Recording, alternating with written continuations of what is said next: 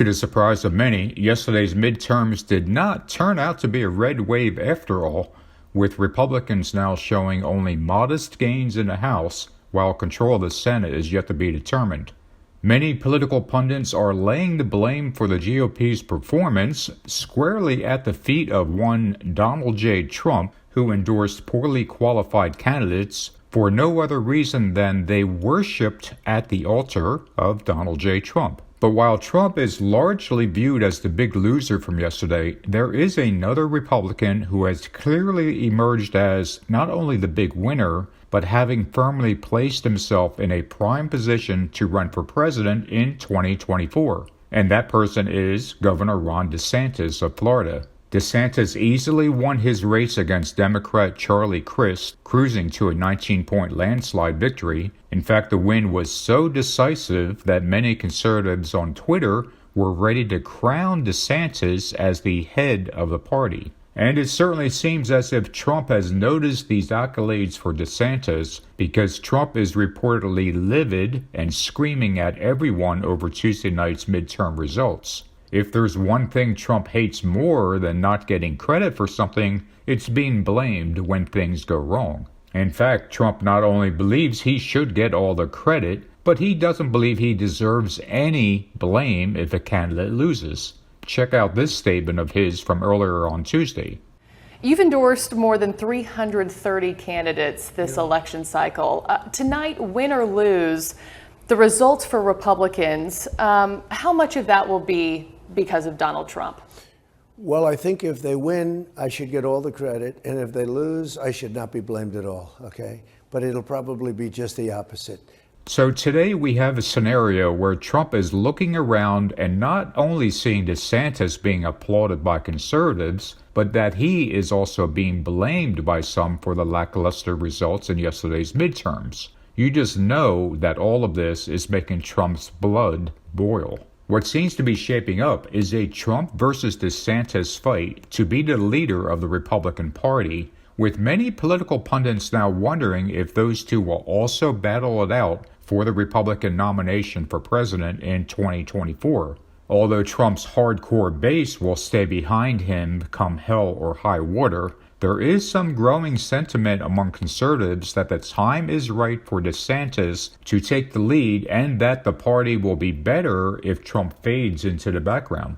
Of course, fading into the background is not something Trump does or has ever done. If there's one thing we've learned over the many years he's been in the public spotlight, it's that he wants to be front and center in everything so he can be applauded for how great he is. Which brings us to an interesting quote of Trump's from just a couple of days ago, which much of the media didn't focus on.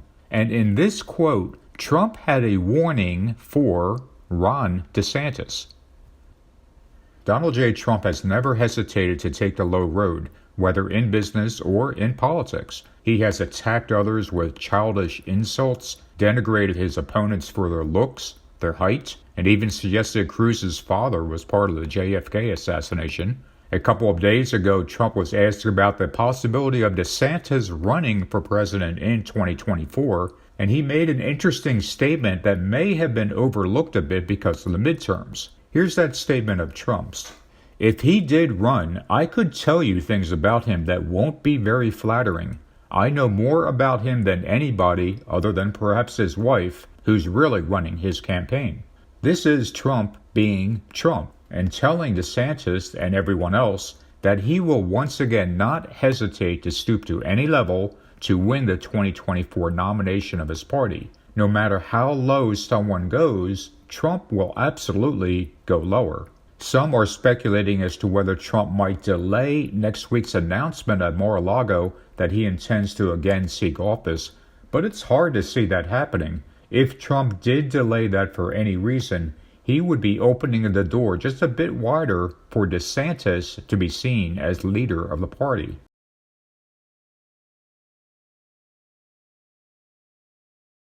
Trump is still king of the GOP, and the only way that changes is if he relinquishes the crown to DeSantis. But that's not Trump. That's not what he does. He not only wants to keep his crown, but he will go down to any depth to prevent anyone from taking it from him. While Democrats and some on the right certainly want Trump to go away, that's simply not going to happen. It's not in his DNA. In fact, Trump's brand of vile politics might get even worse, especially if DeSantis starts hinting at a run for president. A Trump versus DeSantis fight definitely appears inevitable, but the question will be, how far does it go? Does DeSantis acquiesce to Trump's leadership of the GOP and bow out of potentially running for president? Or is DeSantis feeling more powerful than ever and believes that his time has arrived? In my view, I do believe there will be a bloody fight between the two, but DeSantis will eventually learn the same lesson that every other Republican who fought against Trump learned. You can't fight against the beast. He will do or say anything to win. But many on the right do envision DeSantis as the future of the GOP, even if Trump is temporarily in his way. So that leads us to perhaps the only logical solution. Trump versus DeSantis will eventually turn into Trump and DeSantis. There is one last thing I want to mention. I get the feeling that many of us are making a big mistake about Trump, and it's a mistake that I also made in some of my earlier videos. When I first started this channel, which will be 3 years ago this coming February, my videos largely talked about how Trump would win the 2020 election. Needless to say, I was completely wrong about that, as a few of you certainly pointed out. The big mistake I made in those earlier videos, and that some of us might still be making, is assuming that Trump will take a linear path to world power.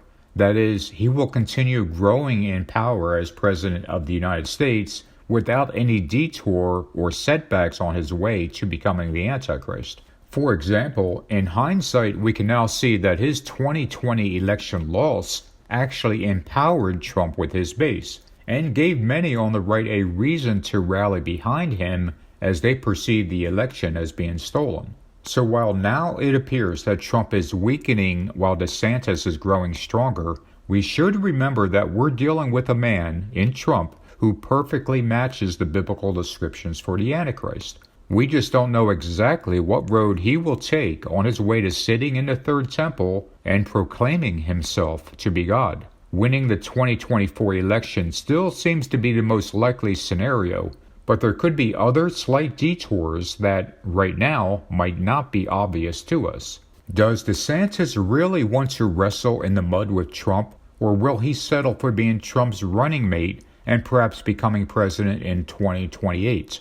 Or might Trump even leave America for a short while, perhaps living in a country where he is truly beloved, Israel? These are exciting times for sure, and we need to keep paying attention to see how this all pans out. But know this much, Trump not only wants power back again, he is vengeful to an extreme. He will do whatever it takes to not only grab all the power he can, but to completely destroy anyone who gets in his way. Thank you for watching, and if videos about the Antichrist and Bible prophecy are of interest to you, please consider subscribing to my channel and click on the notification bell so you don't miss future updates. Should you care to leave a comment, please do. As always, kindly be respectful in any comment you leave, especially towards those with whom you disagree. Thanks again, and I'll talk to you guys soon.